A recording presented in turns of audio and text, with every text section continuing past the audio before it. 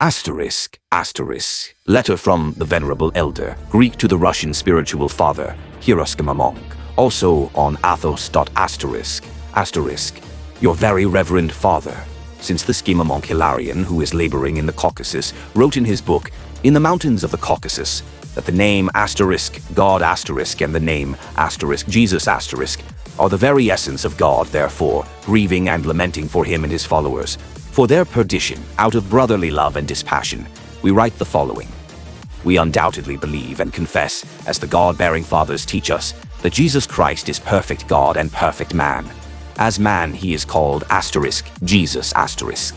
Although the name Jesus so is a name above every name, a divine name, yet it is not the essence and nature of God, as far Hilarion has written in his book. Concerning this name, worthy men, great and filled with all wisdom, the God-inspired fathers, have interpreted and examined it, yet they have drawn no such conclusion. But the ignorant and unsteadfast, as the Apostle Peter says, twist it, as they do the other scriptures, to their own destruction. Let them diligently and dispassionately heed the wise writings of the fathers, and be fully assured that the name, Jesus, is a divine name, and not the divinity itself, as their teacher, erring, writes in his book. Let them abandon such teaching, by which they have harmed many. Let them not remain obstinate, clinging to their false opinion after such clear and precise teaching from the divine fathers. Let them not begin to scatter among orthodox society teachings contrary to the spirit of Scripture, and let them not rend the church. Enough ungodliness and impiety, ignorance in faith, and frivolity from such so-called sages and others. Enough of this to divide Christ's church. Why do these also extend a helping hand to it? Instead of close unity and gathering together to oppose error, they openly assemble for division and separation from the church. And this, for what? To teach human commandments and doctrines which our fathers never taught nor considered. It is senseless to stubbornly hold the opinion that the name asterisk, Jesus asterisk, is his divinity. This is terrible blasphemy. It is reasonable and Christian to believe the divine teaching of the fathers.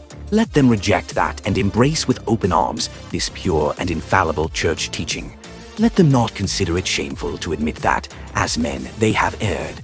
On the contrary, such an admission is a praiseworthy act of Christian wisdom and perfect virtue. To turn away from and despise the error of their teacher is not a blameworthy or reckless act. On the contrary, it shows the understanding of one who thinks rightly and holds to the truth. No one should doubt the truth of the harmonious teaching of the Holy Fathers in order to reject this or that false opinion, even of the most beloved. Let them not think that a man who stubbornly holds to his own opinion does not err. Even the wisest and most zealous men, former champions of the Church, have erred.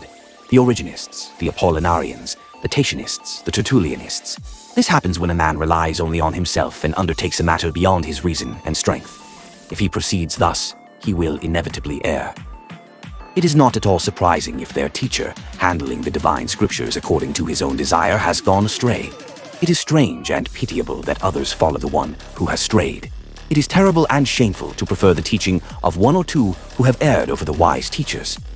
Oh, if only they would reject their false opinions and follow, without error and sin, together with all who follow the fathers and teachers, the one unerring guide and teacher, who said, "He who follows me shall not walk in darkness, but shall have the light of life."